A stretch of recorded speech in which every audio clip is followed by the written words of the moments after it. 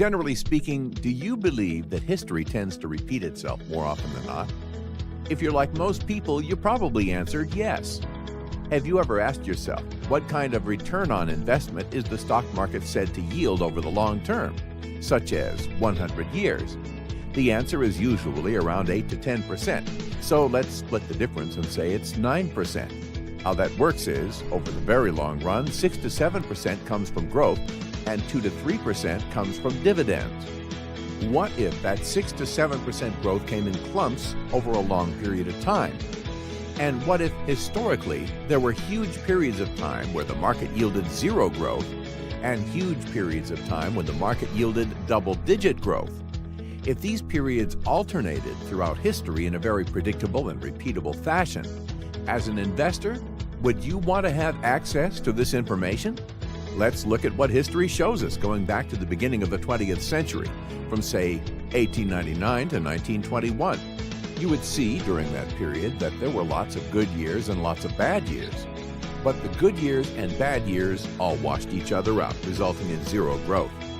Then, from 1921 to 1929, the Roaring Twenties, we had a great period. It was actually a very exciting time in our country. But if you remember from your history books what happened in 1929, the market crashed. And from 1929 to 1954, we had another period in the market that resulted in zero growth. Then from 1954 to 1966, the markets did well again. Some of you might remember that period as when America was on top of its game. Then in 1966, we went into another bear market, one of the shortest in U.S. history from 1966 to 1982. And again, the good years and bad years all washed each other out, resulting in zero growth. Then, of course, in 1982, the rest is history. The stock market took off after 1982, and between 1982 and 2000, we had the best bull market run in U.S. history. Unfortunately, as predicted, that all turned around in the year 2000, and of course, the last 17 years have not been so good. So, according to history, roughly how long is the average bear market? If you said 20 years or so, you would be correct. Throughout history, we've consistently had 20 years or so of bear markets, followed by shorter bull markets, followed by more bear markets, and so on and so forth. In 2013, the stock market finally broke through its ceiling that had existed since the year 2000. Normally, that would imply that we've exited the secular bear market cycle and entered into a new secular bull market.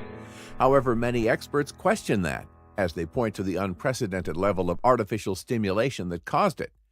So, is it possible that this is the first time in nearly 200 years of history that the stock market recovers after only 13 years? Well, of course, anything is possible. However, what you're asking yourself right now is it probable? According to market history, clearly, the answer is no. It's also worth mentioning that every secular bear market we've seen in history has had 3 or more major drops. Again, how many have we had since the turn of the century? Only 2.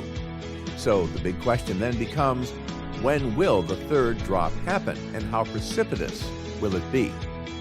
So we've never exited a secular bear market in less than 13 years. We've never seen a secular bear market end with less than 3 major drops, and we've only seen 2 major drops thus far. If the analysts are right, and we're entering into a new secular bull market, that means we're currently poised to break 2 Guinness Book of World Records at the same time. Fortunately, there's one last piece of information to be mined from stock market history to let us know if we are in fact truly poised for a permanent recovery, and that's looking at the price-to-earnings ratio of the stock market. If a company's stock was currently trading on the open market, the PE ratio would simply be the price of all outstanding stock divided by corporate earnings. It stands to reason then that the stock market as a whole has a PE ratio as well. And historically, when we're about to end a secular bull market cycle, like we did in 1999, PE ratios end up in the upper 20s or higher. However, we've never recovered from a secular bear market cycle until PE ratios are in the single digits.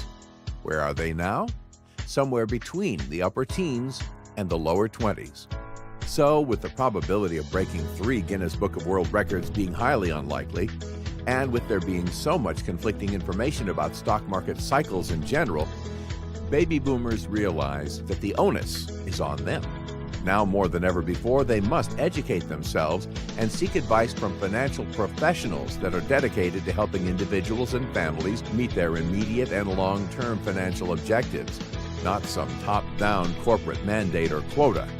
Call us today or visit our website to schedule a free consultation with one of our advisors.